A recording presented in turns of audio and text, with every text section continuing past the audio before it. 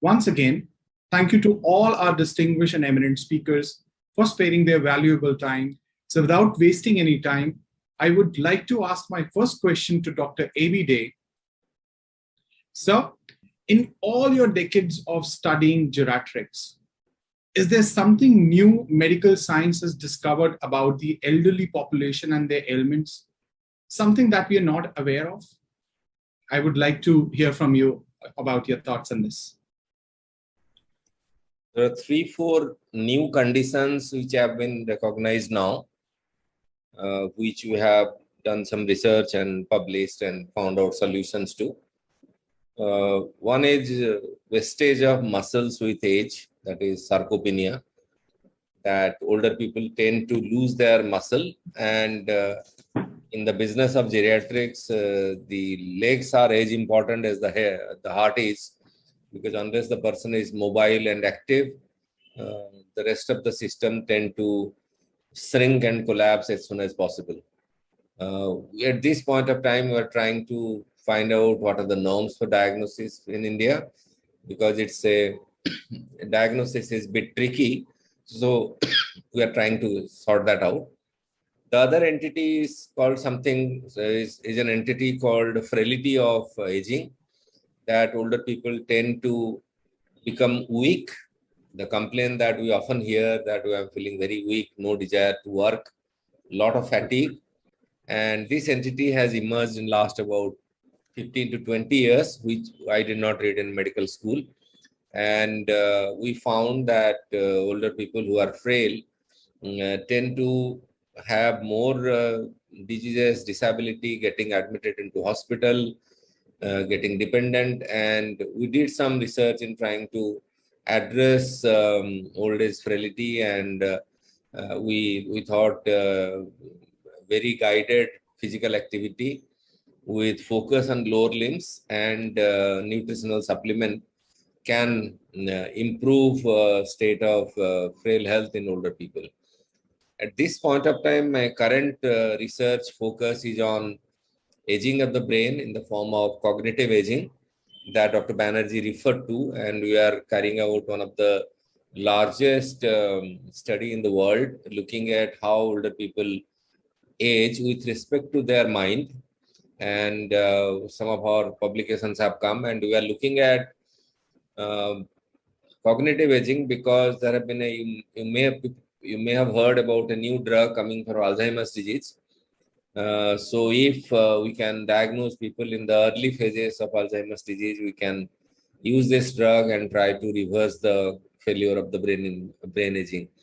So these are some of the entities, but more importantly, the expertise of my department lies in handling older people in a state of delirium.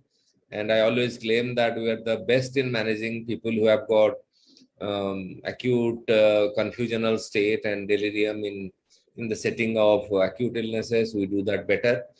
And it's a very complex branch of medicine, and we learn every day. That's what I can humbly summarize as to what my feeling and what my experience is. I totally second your thoughts, sir, that you are one of the best in the country to handle such situation. My next question is for Dr. M.R. Rajagopal.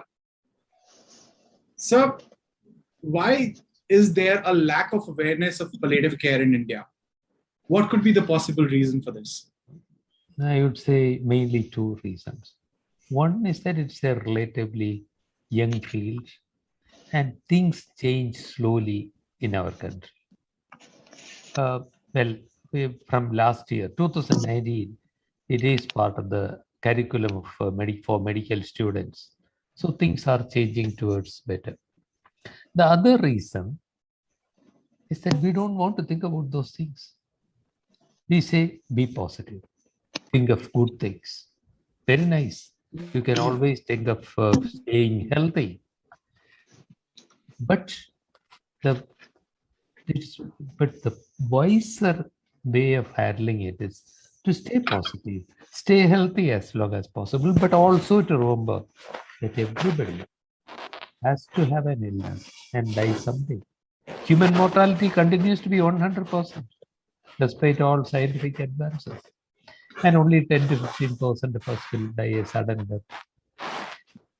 Being prepared for that means the society has to stop thinking about this current uh, concept of forbidden death.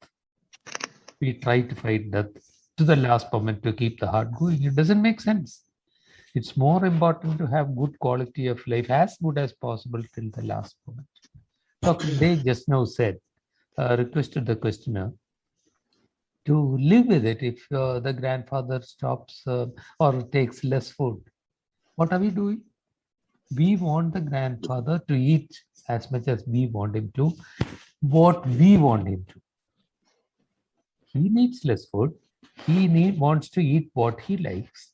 And that is something that we have to accept after excluding the medical conditions. And this is the same thing. We have to be prepared to think about death as the inevitable consequence of life.